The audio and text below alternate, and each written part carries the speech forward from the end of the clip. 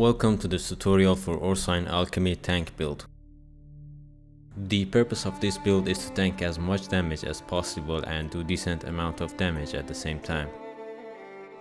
The best use case of this build would be facing enemies that can one-shot you, such as Dettlaff or Jhin.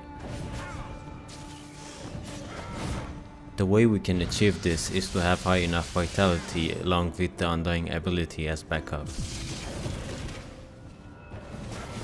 The Undying skill uses adrenaline to fill your vitality to full once it reaches 0 as shown here.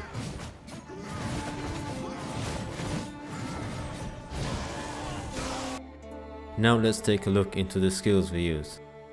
Heightened Tolerance increases potion overdose threshold so we can take in more potions.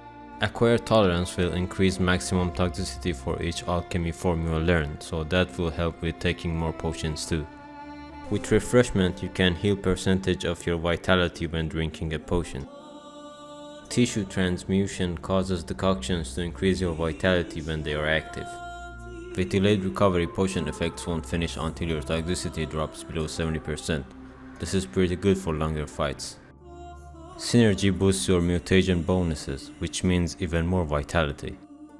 Drinking potions with side effect skill will active another random potion without additional toxicity cost, although the toxicity shouldn't be a problem at this point.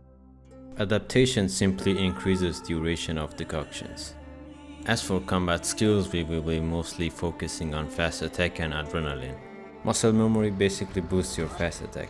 Resolve is a pretty good skill to be used along with Undying, as it makes sure you don't lose adrenaline while taking damage.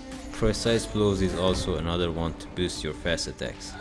Fleet-footed basically makes you take no damage in some scenarios, provided you dodge in time. As for Undying, we already explained how it works. And Brazier Focus is there to basically boost the adrenaline gain. Crippling Strikes causes enemies to bleed, but more importantly, it can trigger a mutation. Another useful skill is Cat School Techniques, but that requires light armor, which can be achieved by enchanting your armor to be treated as light armor. This is how the skill setting is overall. Triggering mutagens to give you good enough vitality and 1 red to boost your damage a bit. As for the rest of enchantments, I go resistance on gauntlets and trousers. Some vitality regen isn't bad for boots too. For sword enchantment, I go with invigoration rune because it prevents your overhealing from going to waste. For mutation, metamorphosis is great because you can trigger it with the bleed effect and have 3 decoctions activated like that in a fight. Here's the build in action.